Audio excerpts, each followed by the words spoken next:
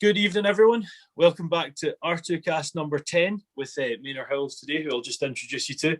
But Meinir is from Wales, so I'm going to try something that might go horribly wrong here. So I'm going to try and say, welcome back to R2Kast number 10 in Welsh. R2Kast isn't in Welsh, but apart from that, we'll give it a shot. So here goes. So, Crusoe in all R2Kast Reek Dig. Yay! Is that right? Brilliant. Fair I hadn't even said that to Meinir before. I just wanted to sort of try it out and get the initial reaction. But yeah, welcome back, everyone. We've got Meinir here. If you want to just say hello there. Hi, hello. How are you? So yeah, as always, guys, I just like to sort of do a wee bit of quick admin at the start. If you're watching YouTube, Spotify, Google Podcasts, whatever, let me know whether that's a comment or get in touch on the Instagram or Facebook Rural to Kitchen page. There does seem to be about 428 million podcast places.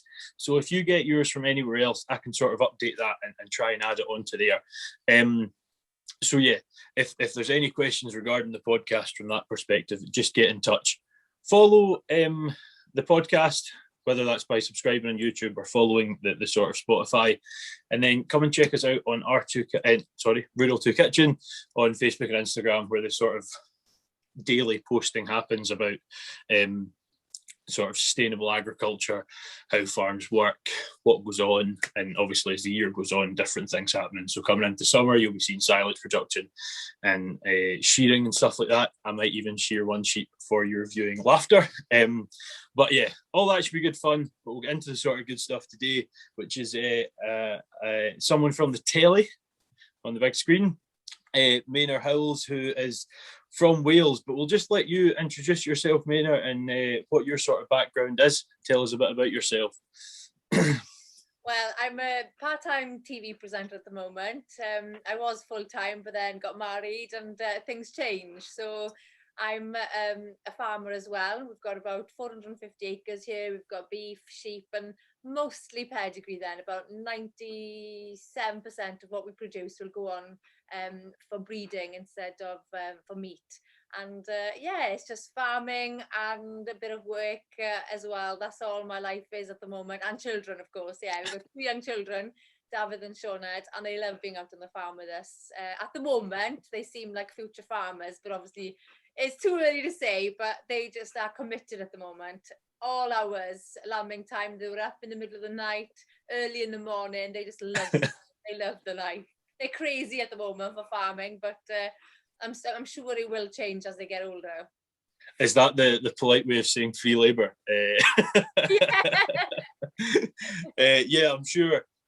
We'll probably get onto that later on, but I wouldn't be surprised if the last year has been very child heavy with sort of everything being at home, and yours are probably too young to be at school anyway. But yeah, a lot of home teaching and all that sort of stuff. Yeah, well, I think, to be honest, they are in school now. They've started. Sioned is 4, so she's in school, and then David's just started part-time.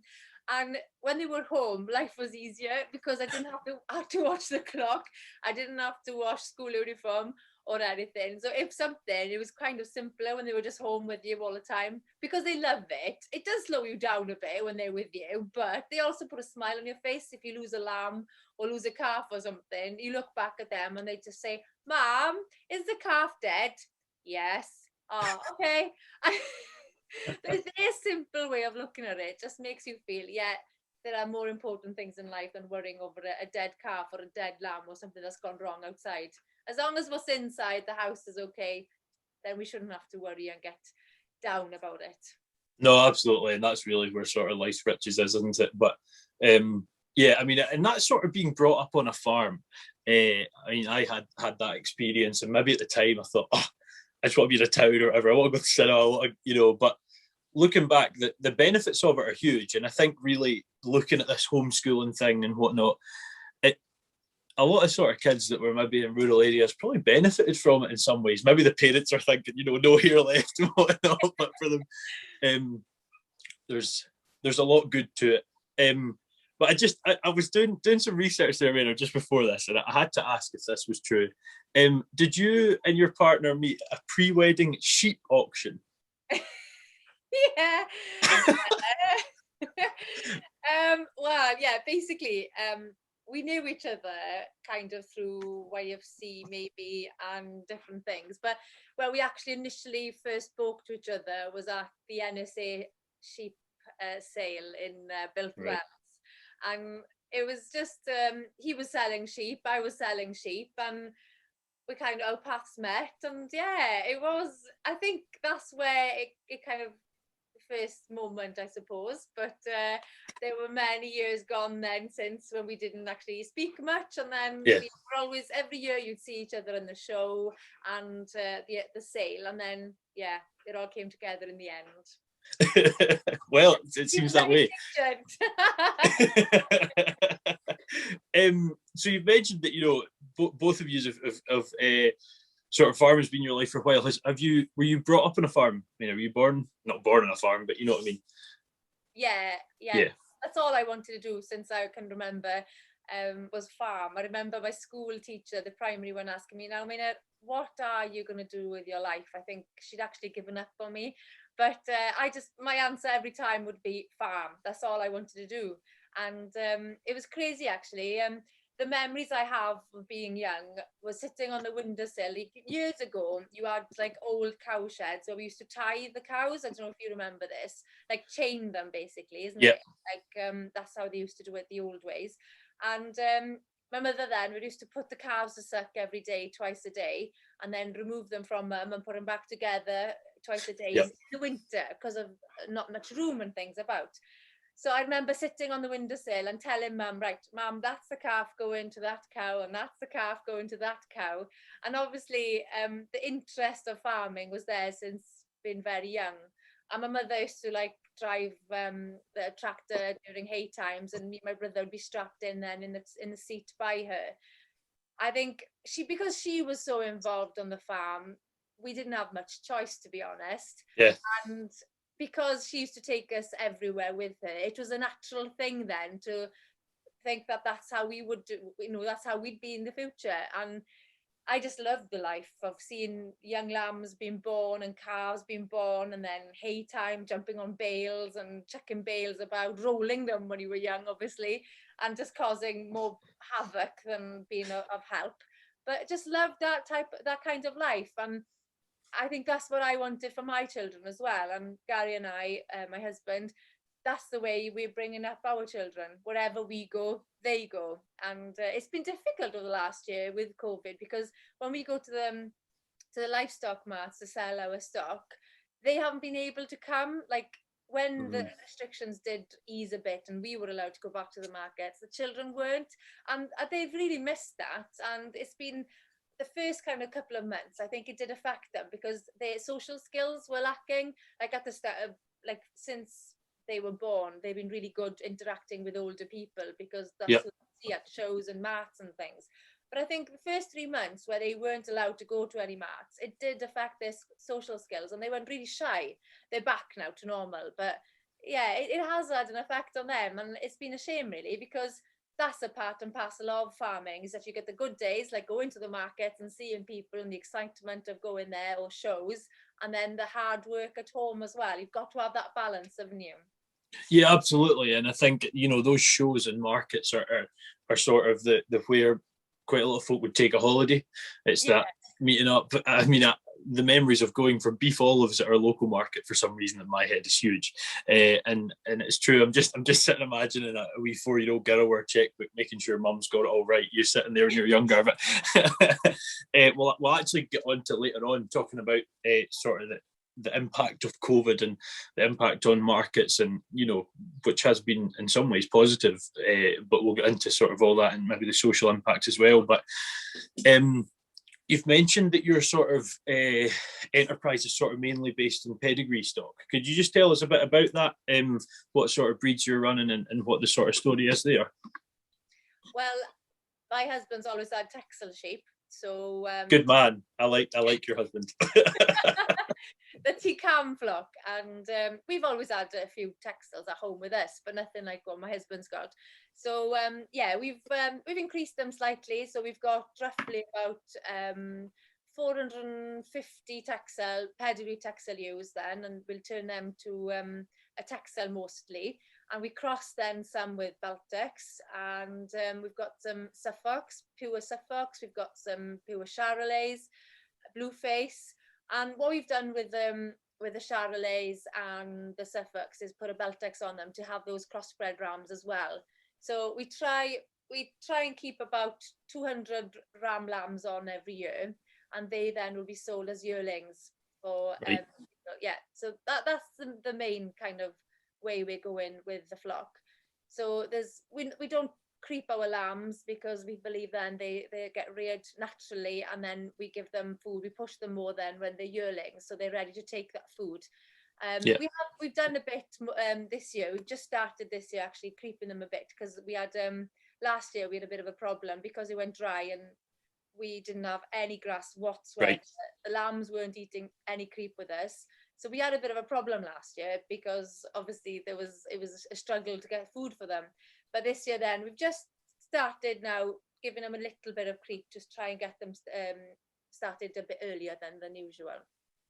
But our main emphasis is rearing them off grass as much as we can.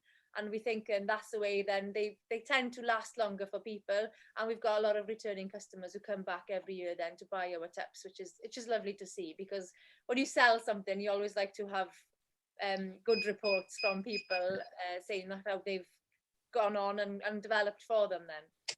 Well, there's no better review than customers coming back, is it? No, it's a help, but you can't get it right all the time, because whatever you do in life, there's always highs and lows, isn't there? But then we try and keep about 200 ewe lambs then every year. We'll tip them as well, because we think it's a waste to keep them for a year without lambing them, because they're born end of February, beginning of March. Well, they're quite old, aren't they? They're quite strong as well as a breed. So we do tend to turn the tip out to the ewe lambs. We'll give them a blue face, and then we'll sell those lambs then as tips. So the Texel Cross blue face. They seem to be very popular as well to put on like mounting ewes, like your blackies, good, or the mules, the Welsh and the Bewlers, that kind of ewes. They work really well on them. So, are you selling any female breeding stock? Yeah, we do some. Yeah.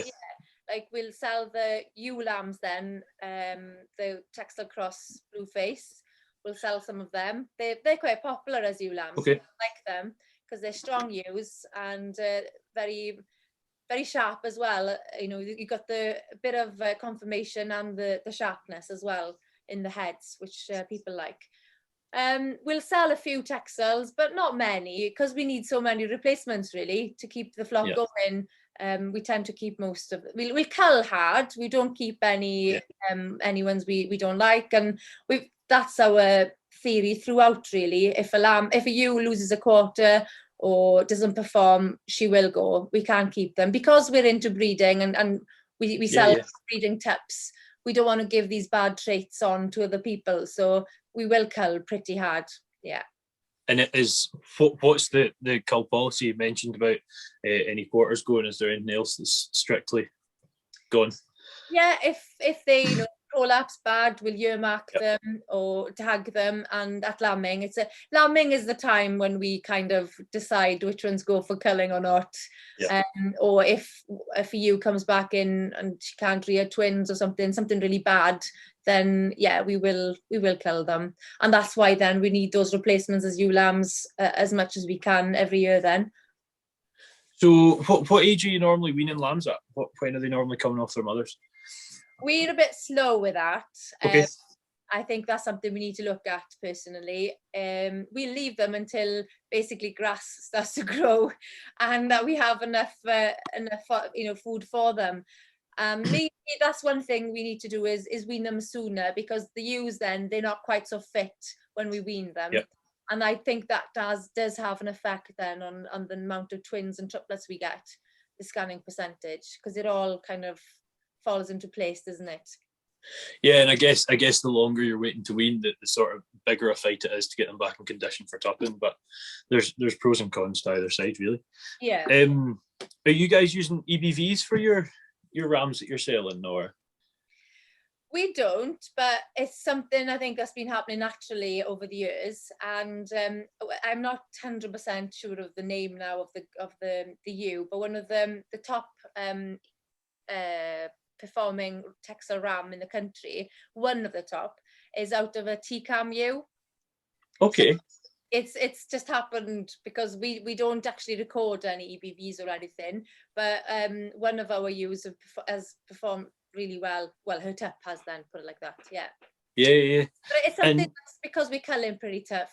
The way we select our tups and everything, we're pretty keen on that. And because, you know, there's no point keeping a ram if it isn't good enough. So we you know, we're very selective on which ones we do keep on as yearlings. And I was reading up again. I tried to research to try and make it sound as if I know things when I don't really, you know. I'm sure you know more than me. Oh no, I highly doubt it. I was looking at you have a breed called Balwin. Is that just another name for Welsh Mountain, or is it a strain of Welsh Mountain? But you know. Yeah, well, that was something I was going to touch on earlier, and I just went off on a somewhere.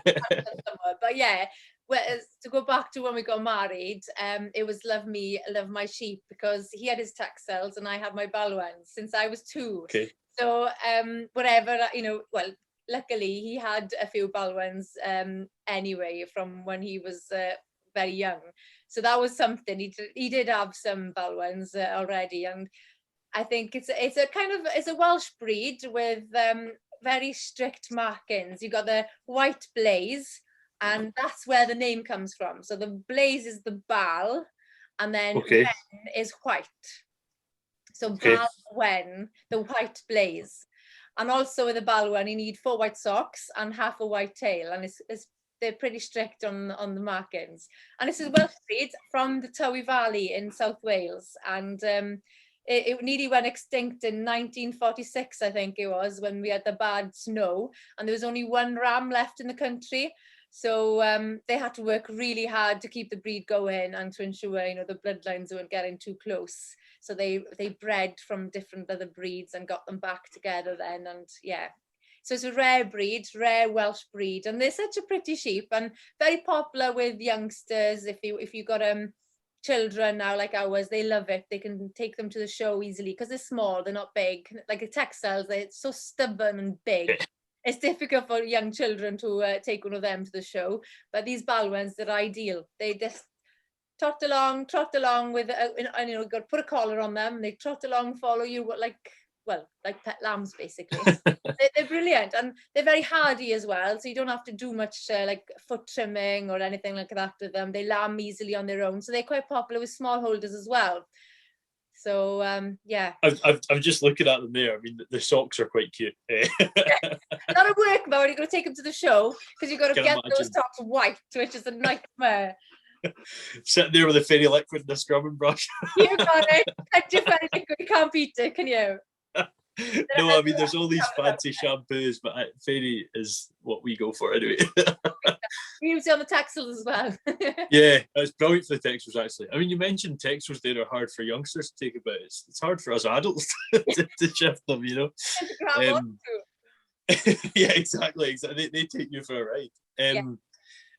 That's quite a story about the 1 ram. Yeah. You know, that's, you know, proper back from extinction. You can just imagine the looking after that ram, and it always seems to be the one you want to stay alive that doesn't, and they did well to get away from that. So that's quite the story.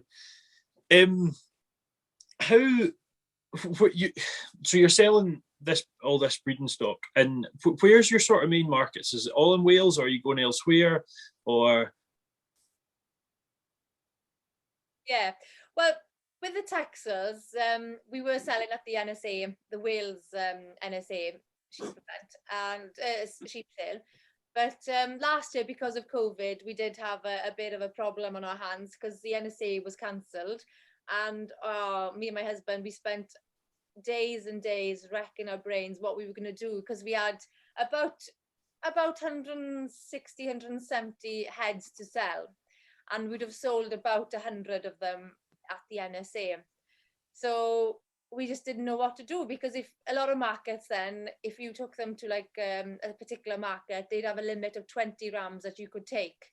Well, with about 160, we had a bit of a problem then. Where would we take them, or would we be traveling to some kind of mart every day? And also we have got our returning customers. Where would they come to get their lot? Like one guy, the R2Kast, I don't know if you've heard of them, in Bala, Corwen, that area there. They buy about a dozen with us every year, 10 to a dozen rams with us every year. And then there's a few other people who buy about 9-10 rams with us. So if we'd have taken them to one market, like 20 to one market, and those customers came, then it would have been difficult for them to have their pick then basically from us. So it was quite a bit of a dilemma, and we just didn't know what to do. And in the end, we decided, right, let's do it. Let's have a home sale. And we had a farm sale here, 4th of September last year. It was a big risk because it was COVID. Luckily at the time, it was before masks were introduced. It was before the restrictions had kind of relaxed a bit during that time. So we were quite lucky with the timing. But it was a massive risk with regards to getting people. Would they come down to Llandyssil in the middle of nowhere really to a sale? We didn't know what to do, but that's what we did anyway. It was a bit of a headache, cleaning the farm, getting everything sorted. We had to create a ring. We had to get people seated, getting the car park sorted. Like usually when you take rams to market, you just got to concentrate on the rams, isn't it? And however many you take. But that day we had to do everything else as well. And it was a bit of a nightmare. We didn't sleep for days, but it was worth it. As it happened, everything turned out well.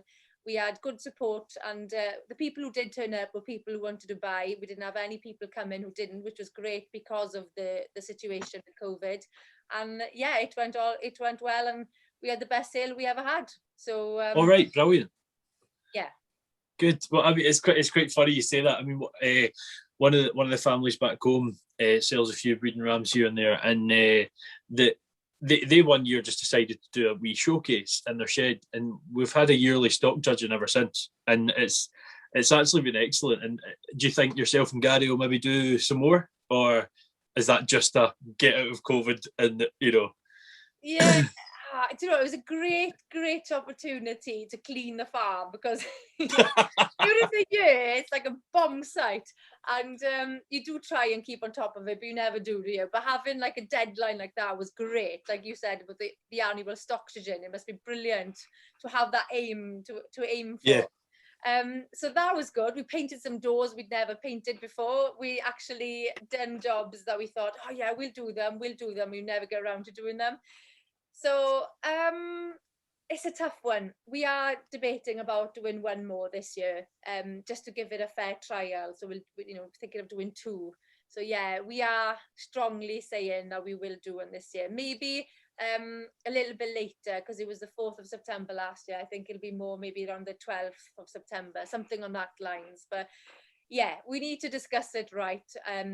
But that's what we're aiming for. Maybe just try one more sale at home. It was something nice about it, like all your rams in one place, and it was kind of easier in that perspective. But yeah, you don't sleep for days, you don't eat much either, you don't get much time. But I remember last year we were all planned. We'd had a timeline in order, and we wanted to get everything done by 3 o'clock. And I remember people starting to arrive, and I was still there with a pressure washer, washing some lambs. And you always wish to get things done in time, but you never do you? But yeah. And you, as the person hosting it, always cares more than anyone else. Yeah. They're coming. They're like, we don't mind if it's not perfect. I was painting the door. I remember the morning of the sale. I don't know, there's some rams or something had butted some door, and some of the paint had come off. I can't remember now anyway. And I remember going there with a brush morning of the sale, I think it was about 5:30 in the morning, and Mum was like, why are you bothering? Nobody will see that, but I can see it. And it was hilarious. Yeah. Maybe there's merits in just arranging loads of things on your own place, your own house, your own farm and stuff, because it'll make it as tidy up a bit. But yeah, definitely. I planted flowers, and I've never planted flowers in my life. A changed person. Around the ring was covered in flowers, and luckily I did have some help from my mother-in-law, because I would have a clue where to start. I'm a farmer, not a gardener. Oh, brilliant. we're on sheep at the minute. Now we'd quite like to go into beef side of things as well, Meinir, but did you guys do a live lambing this year? Or last year, yeah, we did. Last year, was it? Yeah. How did that go? How did that come about? Yeah, that was an experience. I remember talking to the commissioner at S4C, and fair play, she wanted to have like a chat with us presenters just to have a catch up to see where we were.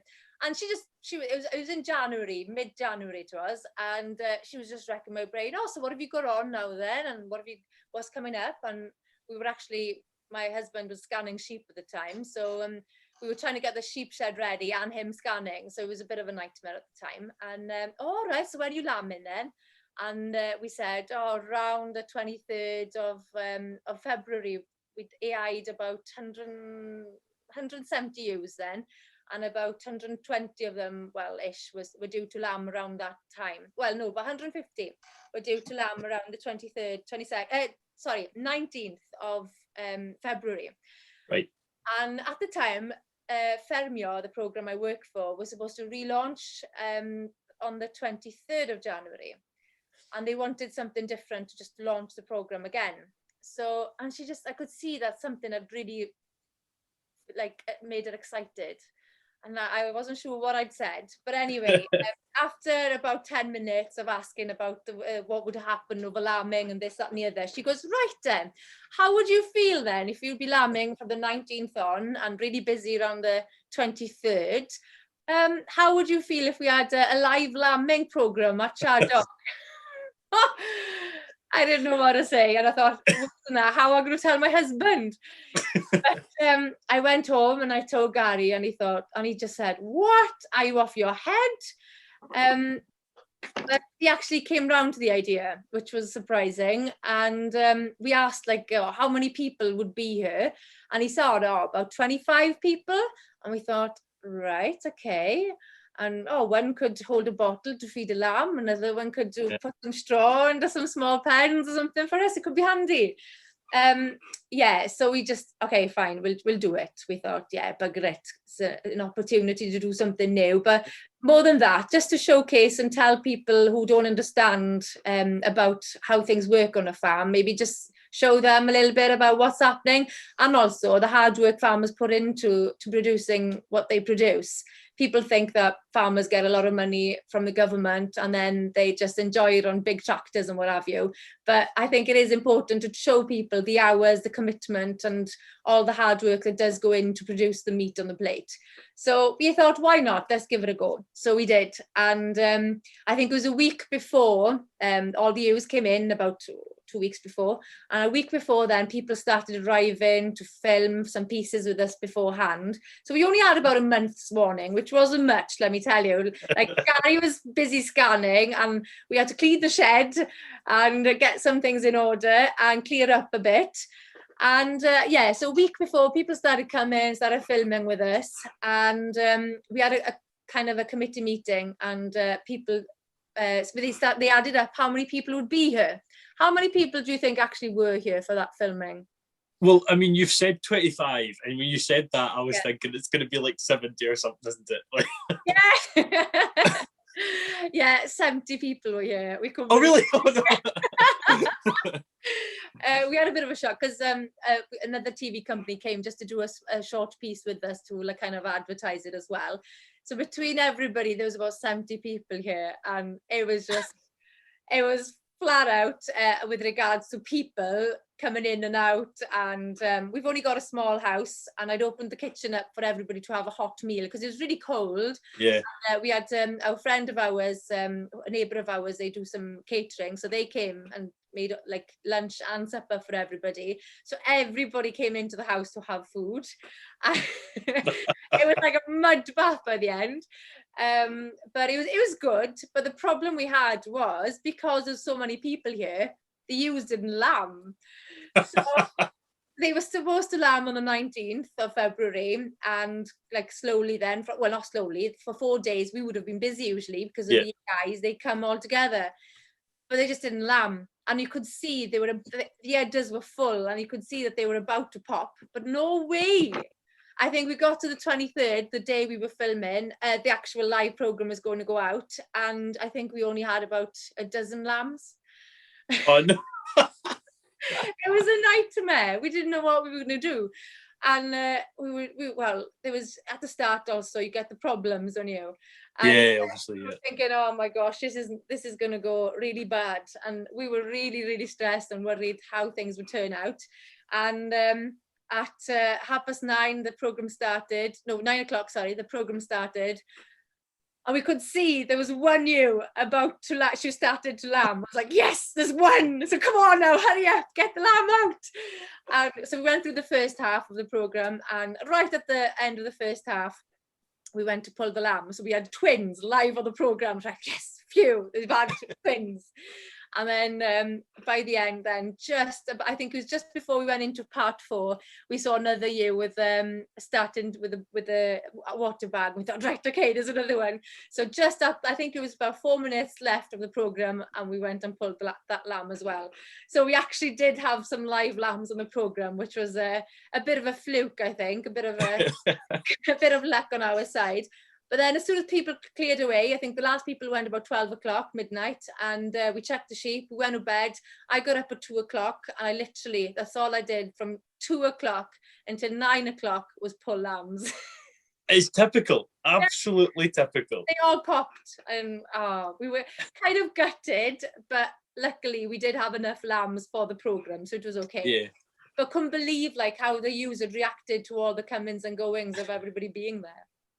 That must have been stressful. I mean, we did 3 live lambings on Facebook.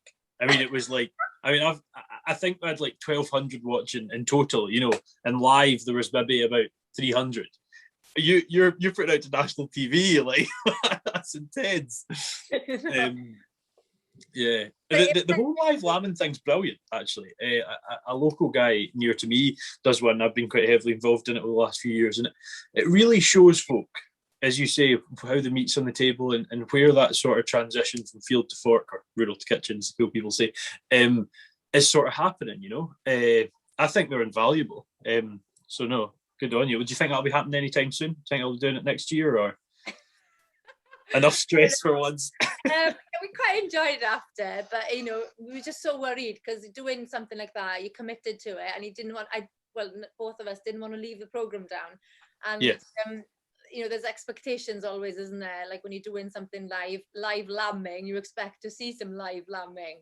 So luckily we had enough lambs, like they'd filmed beforehand, so there was plenty of lambs being born on the program, and calves as well. So because we were calving the same time.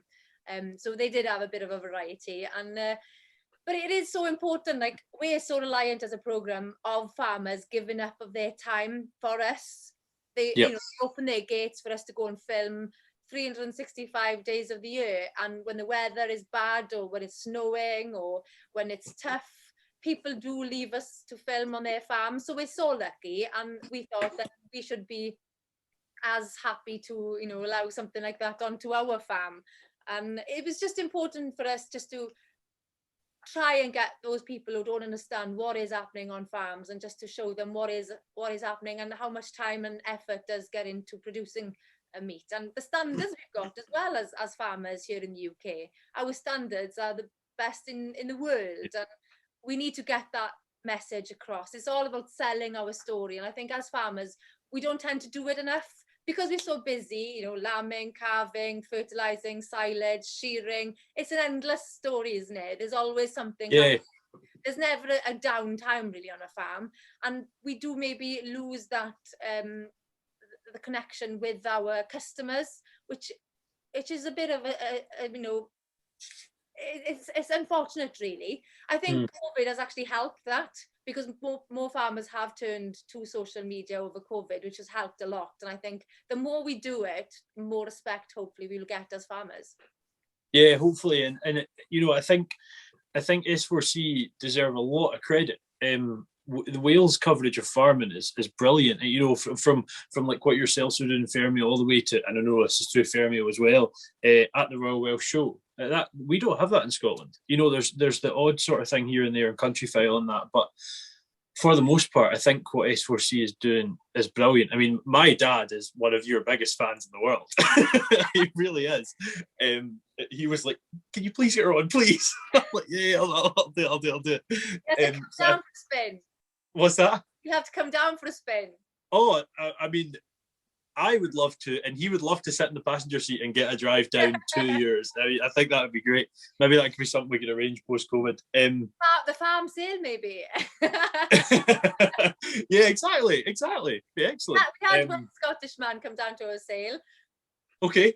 Yeah, a friend of mine that I'd met through Young Farmers, John and Chloe. Yeah, they came down as a family to the sale, and they bought some sheep as well. Great. Well, maybe we can make it into two Scottish families coming down. Yeah. We're talking there, Meinir, you mentioned AI. Now, a lot of the folk watching this or listening to this, whatever, will know what that is. There's also a lot of folk that listen that aren't in agriculture and don't actually know the AI, what it is or whatever. A lot of people hear that and think of autonomous intelligence, artificial intelligence, that sort of thing. That's not what you're talking about, though. Could you tell us a bit about AI in the farming sense? Well, AI is artificial insemination. So that's what we do basically is, because we want to try and develop and improve our flock as much as we can, we try and buy 2 rams maybe every year, and then because we've got so many textiles, then we really need a lot of rams. But obviously for our pocket it would be expensive to go out and pay a lot of money for like 10 rams. So to utilize as much as we can of what we have, if we go out and pay a lot of money for 2 rams, we can use then them. 1 ram usually naturally would maybe serve about 80 ewes every year, and it would be stretched out over a long period of time, which would stretch our lambing out. But by doing AI, 1 ram, if he performs on the day like you want, he could serve all the ewes if we wanted, because it's not done naturally. So the semen of the ram then would be used on the ewes with this process that the vets do. And it's quite good with regards to improving your flock and making the most of the good rams maybe you've got in your flock. It can go the other way, mind. You know, you can use 1 ram too much and then find out in 2 or 3 years that he's not the ram for you, and maybe that, you know, you can find problems. But that's why you've got to be careful. So you wouldn't use 1 ram on your whole flock. You would, like we do then, maybe use a few of them. But it tightens our lambing pattern, so helps with cost of labour and everything. And like we can be lambing flat out for 4 days, because you know, last year, 2 years ago, we inseminated 170 ewes. I think about 120 were coming in the first cycle. It's not all good. Let me tell you, you know, you get problems, you get more empty ewes, you get ewes repeating, but there's more. For us, there was more pros than cons for it, and it's a way of developing your flock quicker, in our opinion. Are you sponging or? Yeah, so we when we do something, we try and try new things every year. And last year we double sponged for the first time, because it would be better to put 2 sponges in instead of 1. That's the advice we had from people, and it seemed to work better. Yeah, definitely. Oh. Interesting. And you're saying you try things new you try a new thing every year. Have you ever tried Moat, the Embryo Transfer? Tried? No, we haven't gone down that route. We did it on 1 cow years and years and years and years. Okay. And we had 1 egg, so that was pointless. Okay. Yeah. We haven't, and that egg actually still hasn't been used really. So. Right. Yeah, you know, it depends what works for you, isn't it? Because we've got so many pedigree textiles, this is the way we thought would work for us, and that's important, I think, doing what suits your flock and your ways. And our ewes are run commercially. We don't mollycoddle them at all. They've got to perform, they've got to work for themselves, and that's a really strong emphasis that we have. And the grass-fed system as well, you know, it's quite important for us. And we don't go for the massive big heads. We go for more of we concentrate more on the body. They've got to have good bodies, long bodies, wide at the top and wide behind, and a fit ram as well, that's ready for work. That's our motto, is go more for that, and aim more for the commercial man, because when you're selling about well, we've got in total about 170 Yeah. cups we'll sell every year. You know, you've got to aim for that commercial man, and that's for us then, you know. And it makes sense going for body overhead. And you know, the way I look at it is, I get it's nice to look at a sheep with a good head. You know, we all say, you know, we look at it and we look for that. But at the end of the day, you're looking for body. That's the product, you know, at the end of the day. That's the main aim of it. You know, a Texel, it's a meat breed, isn't it? And if you, at the end of the day, for the commercial man, the head goes straight to the bin, doesn't it? You know, exactly. It's waste, really, if anything. It causes problems lambing time if you've got a big head. And it's a problem as then, you know, if you've got a big head, it can lead to other problems, can't it? Yeah, everybody's looking for different things. And if you're in the show, the head tends to win. But then for us, what pays the bills for us is the bodies. Yeah, exactly. That's a good way of putting it. Yeah, good way of putting it. Could you? We've talked about sheep for ages, and that's my fault. I always get told I'm a bit sheep bias, you know, in the office at work and stuff. It's always sheep this and sheep that. Could you tell us about the beef system as well, please, Meinir? Yeah. Well, we used to have about 50 sucklers, and included in them, we had about 25 pedigree limbs. So that's the Shadog herd then. And last 4 years, we've decided, because of Brexit and all this, we just wanted to change our system slightly and try and get a steady income throughout the year. And January was always a quiet time, and May time. So what we decided to do was buy some heifers and breed some ourselves. We bull them, and then we sell them then as cows and calves, or heifers and calves. So we've been doing it for about 4 years now, and it's working pretty good at the moment. It's quite a pleasurable job, actually. It's quite nice when you buy a young heifer and you see her develop, and then she turns into a really good mother, loving mother. It's quite a pleasurable job. And we've got quite a good bull at the moment, our own homebred bull, as it happens, Shadok Maverick. And he works pretty good on these blue limb cows. He calves them pretty easy. They come out, they look like grunts, okay? They really do, like rats. But then you give them 2 months and they do develop. And some of the calves have gone on to the show ring. So he works for our system. He doesn't throw every calf amazing, but he does this job good, because when you're doing this job, you need something that calves easy, because you don't want to spoil the heifer. So we'll do a bit of a variety. This year we calved 51 heifers, and I think 95% of them then were limb cross blues. We had a few dairy crosses, and we had a few Charolais as well. We found out this year that Charolais aren't very popular. Are not very popular, sorry. Not very popular. That's our experience, okay? And in our market as well. So it could be totally different other places. So if you're looking for a Charolais heifer, we've got a few here. You just said they're not popular. You're not selling this well. No, I know, but I'm just being completely honest. This is how you learn something new every time you sell. And like we took 32 heifers to Llandudno market in South Wales last week, and we had 4,600 for 2 heifers and calves. Then we had 3,000 for another one. 4,000, sorry, for another one. About 9 of them crossed 3,000. But then the second quality we felt didn't quite sell so good, and the average we had over the day was about just under 2.9. So yeah, you live and learn every year, and I think that's important in farming. Whatever you do, you've got to learn from everything you do. And we like to go, like in Llandudno the other day was great, because then you saw your returning customers come, and you could have a chat with them then and ask them like about the heifers and calves and how they've done for them, and which kind of ones worked better than the others. And you do learn a lot, and you've got to keep on moving, haven't you, in the farming industry? Whatever you do, you've got to keep on learning and try different things. And we had one special heifer as well. We called her, well, I didn't call her that, but last year, May time, Ffermio, the program I work for, gave us a challenge. So me and Gary had to buy a heifer, carve her down, and the aim was to sell her if everything went okay in Llandudno in the May sale. So we bought a cow, and the view was called Priscilla Preselli, because she was from the Preselli Mountains. And as it happened, she stood to the bull first time, fair play to her.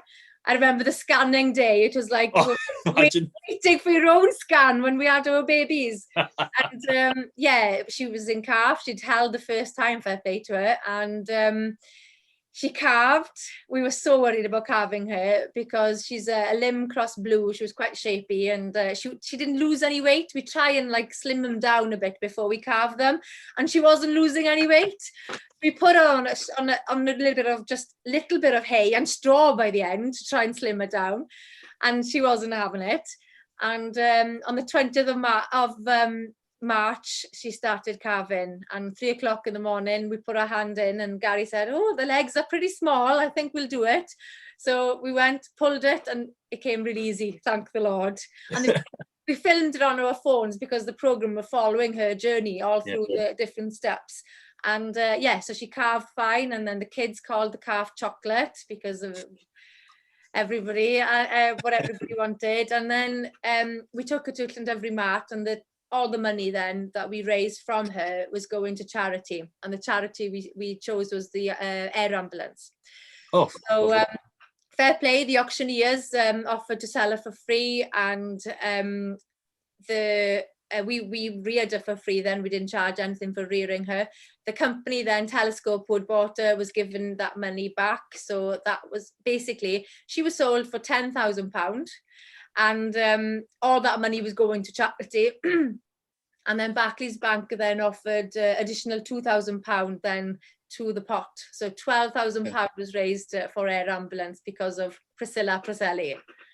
So maybe you should follow them for the year every time and get 10,000 each time. No, we've done it once. I think we got away with it once. We're not going to get away with it again, because you know what it's like.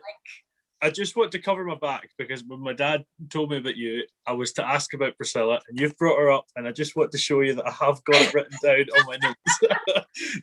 So if you're listening, Colin, you can't get angry at me for not bringing it up. Yeah, it was kind of a challenge, I'll tell you. And every time we went to the field, first thing both of us did was, "Where's Priscilla? Is she alive? Is she okay?" And then when she had a calf, "Where's chocolate?"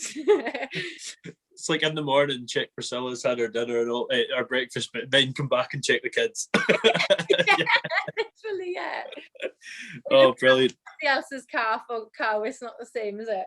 No, it's not. It's not. So you've been mentioning throughout Ffermio, the sort of show you work for, and I've said that you're on the telly and stuff. How does that come about? How does one end up on the telly, and what was the sort of journey to get there then, Meinir? I think it's just a lot of luck. Obviously, you need a lot of luck in life, but also whatever you do, I think you've got to follow your heart. And like when I was young, that's all I wanted to do was farm. That's all I had on my brain. And my mother was like, "Oh, go to university, go to university and get some grades behind you, just in case farming doesn't work out." And I was so cross with Mum about saying that, because I didn't want to go. That's all I wanted to do was farm as soon as I could, leave school and just start farming. But I'm glad she did push me to go to university, because I did have another insight into life, create contacts and what have you. And I had an offer to work as a runner at the Royal Welsh Show, and it was a bit of a hard decision at the time, because I used to compete at the Royal Welsh with my sheep, at the young farmers, and obviously stay in the young people's village. So work wasn't really coming into the equation.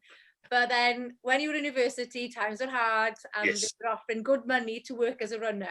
So I thought, right, okay, as long as I can stay in the young people's village, still compete, I then could work as well, maybe. And that's what I did, and I loved it. It was hard, mind, you know, you had to really work hard, and it was, the title of the job was runner, and you literally had to run. When you have to get those tapes back to compound, you had to run. And I think it was a lesson that Dad taught me from a very young age.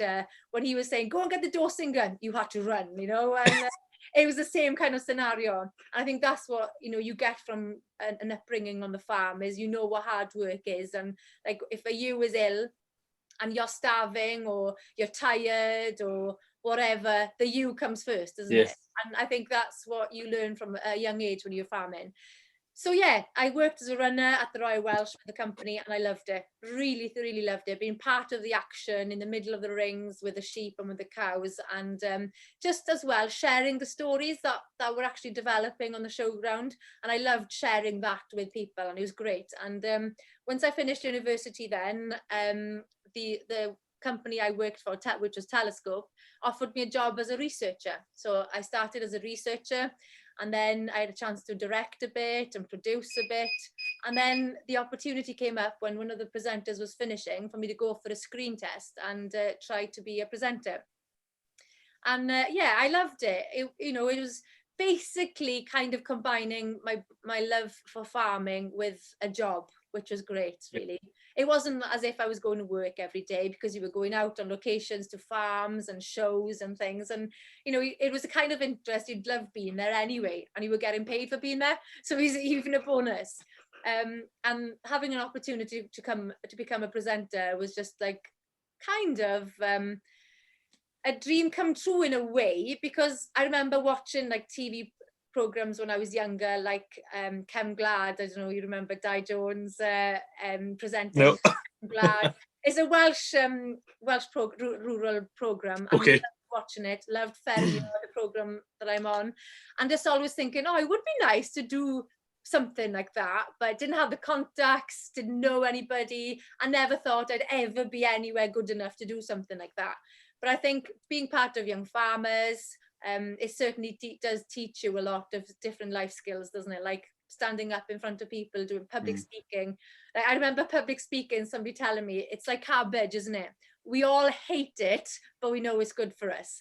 And I think it's a quite important lesson, isn't it, in life? If you do dream about something, well, never say you're not good enough. Give it a go. And I think, work hard at it. Take every opportunity that gets given to you and make the most of it. Never be scared and frightened and say you're not good enough, because yes, everybody's good enough, but you just got to work for it. And I think how it happened really is, to answer your question the long way around, was to just have the contacts and start from the bottom, because by starting from the bottom as a runner, I made my contacts, and by working hard as much as you could, you made contacts, and then they got to know you as in what you could do, and that if you work hard, people will admire you, whatever you do in life. That's what people want. If you're employing somebody, you want somebody who can work hard and have that passion that you have for your company or for your farm or your business. Yeah, absolutely. And the sort of the running position, I've been a runner at our local show, but I mean, that's taken like 4 results about 20 yards and picking up a donut and coming back. Not quite what you're talking about. But when someone sees a kid or a teenager just like taking it so seriously, running back and forward, that's worth so much. And if folk keep that up, you're absolutely right. Yeah, so just basically just one thing after another, and you ended up on the telly. So what could you tell us a bit about what Ffermio is? When's it on? That sort of thing. It's on every Monday night at 9 o'clock. I think I should have done my research now, shouldn't I? I think it's channel 134 on Sky. Am I right? Okay. Colin, your father will know most probably. Oh, I'm sure he will. He does it all on BBC iPlayer, but. Yeah, of course, yeah. So yeah, you can listen back on BBC iPlayer, or another option is S4C Click as well.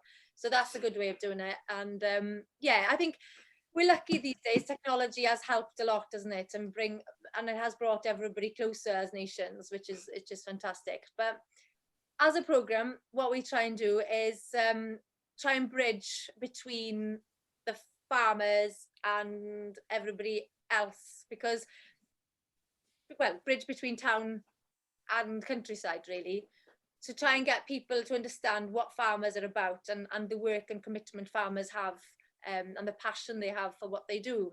And like I said at the start, people have this image of farmers. They have millions of pounds of subsidies every year, and then they buy new tractors with it and go on holidays. But it's so not true.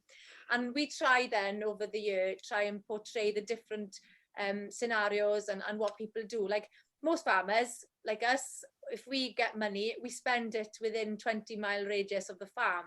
You pay for contractors, you pay for help on the farm, you pay for equipment, you pay for fencing posts or whatever. It doesn't stay within your pocket, and you don't definitely go on holidays with it because you don't have time. So yeah, as a program, it's trying to show people what farmers are about. So we try, in every week we'll have 3 items usually, and 1 item will be co-farming with a topic like Brexit or NVZs or whatever else, TB. And then the second item will be an item then covering more of the countryside. And then the third item will be something hopefully that will be appealing to everybody, from farmers to non-farmers. So just to try and cover a variety within each program, so there'll be something there for everybody. And it's, I mean, you know, we all consume a lot of stuff, entertainment on Netflix and whatever and stuff, but there's very few industries which impact the consumer as much as agriculture. I mean, the majority of folk are eating something that has been produced on a farm. Yeah, exactly. And the more that's sort of consumed of produce that's produced here in the UK, the better. So it's really good to get that sort of story out there. And you actually mentioned there that the money that's spent off of farms is quite often spent in local areas. I never actually really considered that, but it's so true. Quite local support, and so that's good. Just, you mentioned one thing there, Meinir. I'm conscious of time, and I mean, as we've probably proven, I could sit here and talk for days. But you mentioned NVZs, which is nitrogen vulnerable zones. That's hit Wales pretty majorly in the last few months. How has that affected farm life and whatnot? I think that's one of the biggest worries facing the industry here in Wales at the moment. It's a big one, and I'm speaking as Meinir the farmer now, not Meinir the presenter. Okay. Yeah. It's unfortunate what has happened. You know, Northern Ireland, they've gone in and put Northern Ireland under NVZs, the whole of Northern Ireland. But what they've done different to what we have, they've had, I think, £140 million to help them with that move, where we're having about 13 million offered to us on the plate at the moment. So, you know, you're talking a lot of difference there. And also, to go into specifics, they're having allowance of spreading 250 grams of nitrogen on every hectare of ground they have, where we're having a limit of 170 kilos per hectare. So there's a lot of difference there between 170 kilos and 250 kilos of absolutely nitrogen. And it's going to make a huge difference to how we go on and farm from here on. So although they say that we're following in, that it's worked in Northern Ireland, and yes, okay, but it's different. You know, the ground is different, and the money obviously that's been offered to them is different, and of course the level of nitrogen. There's loads of it's not the same, and we can't compare it, you know. And where it's worrying is it's only a few areas in Wales where there is a problem, but what they've done is take the whole of Wales, and it's kind of putting everybody under a disadvantage, which is quite unfair from one perspective, and especially when the science isn't there either to kind of back up what's been decided on. If you think about the Natural Resources Wales, what they said when they looked into this, so the scientific side of things, was to increase the NVZs areas in Wales from 2.3% to 8%. That's what the scientific side, the advice they had. But what the Welsh Government has done is done 100%. So there's a lot of difference between 8% and 100%. Huge. And, you know, for farmers who are farming a few cows and they haven't got a problem, NVZ problem anywhere near, they will still have to do some changes because of the new rules and regulations.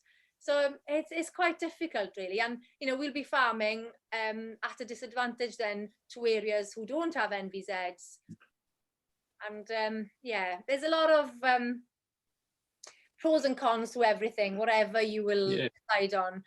But it's just, it's going to put massive pressure on farmers here in Wales. And of course, you can have peaks then, aren't you? When the closing date will come, everybody will be out the week before spreading slurry. And when the window opens, everybody will be out again spreading slurry, whatever the weather will be, because they will have to clear their lagoons and slurry pits. Well, yeah, and that you're right, actually. I never considered that. You're going to see, if they're just out in rain and whatnot, you're going to see quite intense spikes of eutrophication, which is the reason it's happening, preventing that. But I don't know if it's signs of things to come here in Scotland. I mean, I couldn't give you a percentage of how much of Scotland is NVZ, but I'm sort of aware of the regions, and I wouldn't be surprised if it was in the 10% mark, and whether the decision will someday come to knock it up to 100, but it's not great. I just wanted to ask that just to see. I have to just say though, I do understand it's not right that pollution is happening. I do understand that, and something needs to be done about it. I do understand that, because you've got to protect our rivers. It is important to keep our waters clean. But I think, we've just got to work with farmers and not against them. Yeah, absolutely. Yeah. And yeah, I couldn't agree more on the environment thing. I'm not saying either. I think it should be forgotten, because I don't mean that. But it's hopefully there's some kind of plan that scientists are coming up with above our heads. But yeah, it's been great to talk, Meinir. I've really enjoyed it. Is there anything else you'd like to cover before we sort of? No, just we're a family farm here in Shaddock, and we just love what we're doing, and I think that's the same for everybody who farms. The long hours, it's not a 9-to-5 job, definitely not, and you always feed the sheep and tend to a sick cow before you even think about feeding yourself. But that's farming, and if we looked at the amount of pay that we get per hour, it would be, well, peanuts, wouldn't it? I think it would be no business sense in it. But certainly we all love what we're doing. And I think if we can get that message across to people who have actually, over the last year, we've found that people have relied on farmers to be fed over the year. More people going and supporting local, which has been really, really good to see. And I just hope that will continue after COVID, that people still stick with this, because farmers, we do farm with nature as well. As well as producing food, we farm with nature and looking after nature. Like, we've planted 9,000 trees this year, and last year, and we've got to remember, although all the bad press that farmers have been having recently about the carbon emissions and everything, our carbon footprint here in the UK is 2.5 times less than the average across the world. And our carbon footprint has been reduced by 10% over the last 30 years. So we're doing good as farmers here in the UK. And we mustn't be forgotten and brushed with the same brush as other farmers across the world. And I just hope that people will stick with us and support local. That's the most important thing. Support local, whatever you do in life, isn't it? As much as you can. Yeah, exactly. I mean, what's the famous story? Do you get do you get a CEO a third house in a different country, or do you get a son or daughter a new football or swimming license? That's the sort of story, and it's so true. I've always sort of loved that idea. But just when you mentioned carbon, do you guys audit or no? No, we did one about 4 years ago, I think. Okay. Yeah. But obviously, it's something that we've all got to embrace now, I believe, in the near future. But what we do here, when you eat a Welsh lamb, a UK lamb, you've got to It's fine. I'm not offended, don't worry. You've got to look at what you've got. And when you buy something local, that's what you're getting is, here in Wales and the UK, we've got full traceability, haven't we, of what we've produced. We know exactly what this journey of that lamb is. It's been produced on grass, and when you think about grass, 85% of all the water animals drink comes from rainfall. The rainfall drops on the grass, and about 90% of what the animals eat is grass. So it's all natural, isn't it? Well, mostly. And so when you're eating Welsh or UK lamb, it's produced locally, it's seasonally, and you've just got to think about supporting that story, that it's happened right here, right by your house, by your home, and try and support that as much as you can, because you know what you got. It's healthy and it's safe for you as well, with full traceability. Yeah. Well, yeah, great. It's, as I said, it's been great to chat. I mean, your backdrop's been one of the best ones, and people that watch quite often are probably thinking mine today is one of the best I've ever had. It's my girlfriend's. That's right, yeah. It's not mine. As I told you, a half Welsh girlfriend, so maybe that's the reason for the good backdrop. But before we end, as I said earlier, there's sort of two things I always ask. One is, where do you see yourself in 5 years? And the second is, if you had any tips for folk coming into, and feel free to talk about farming or even, journalism, what would they be? At the moment, it's I kind of work part-time, so 3 days a week, and then the rest is on the farm. We've got so much work on the farm. It is actually nice to go from the farm at least once a week. And I think that is important for anybody, whoever you are, for your mental health. Like that's where the market comes into it. That people, when you can go to the market and have a chat with people, it does a lot of good. So I like the balance as it is. 3 days a week working. It's usually 1 day a week that I leave the farm, and the other 2 is done from home, which is good because you can do the other stuff around everything then. And hopefully it'll be something similar to what I'm doing now. The most important thing, of course, is health. Of course. That we all get great health. That's the most. I think that's our biggest wealth in life, isn't it? That our health. And hopefully, in 5 years' time, we'll be still farming, still doing what we all love, farming, and a bit of presenting as well. Good stuff. Any tips for folk coming into the industry? Yes, if you want to do it, go for it. Do not give up. Follow your dream, your passion, and work hard. And if you work hard, or whatever you do, you can get there. Just aim high and go for it, because persistence is the word, isn't it? I think. And if you just plow on, keep your head down, and ask for advice. Never be too frightened to ask. Pick up the phone and ask advice, because maybe 90% of what you hear, you won't like it. It won't be of any good. But maybe you'll find even 1% that will help you.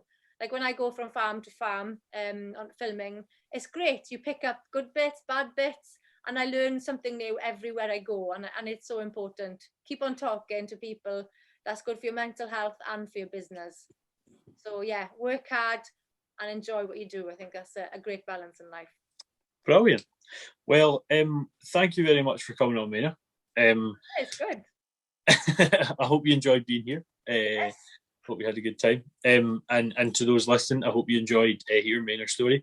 As she said, I checked, by the way, as 134 on Sky. So if you want to check out Ffermio at 9 every night, is it? Yeah. Check it out, 134 on Sky, or BBC iPlayer under S4C. Check it out, see what Meinir's doing. They'll probably be better at showcasing what she's doing, because I'm just a person filming on an iPad. But it's been good to have you on. It's been really fun. And for those listening, hope you've enjoyed it, and make sure to come along in 2 weeks' time. Who have I got in 2 weeks? We've got someone who has converted a conventional dairy parlour system into robots. So that's the chat we're having in 2 weeks. So if you want to come and listen to that one, Meinir, as well, that one will be available. But thank you very much, everyone that's listening. Thank you to you, Meinir, and we shall see you in 2 weeks. Thank you for the opportunity to have a chat with you. It's been great. Brilliant. Not at all. It's been a pleasure. Thanks. Ta-da.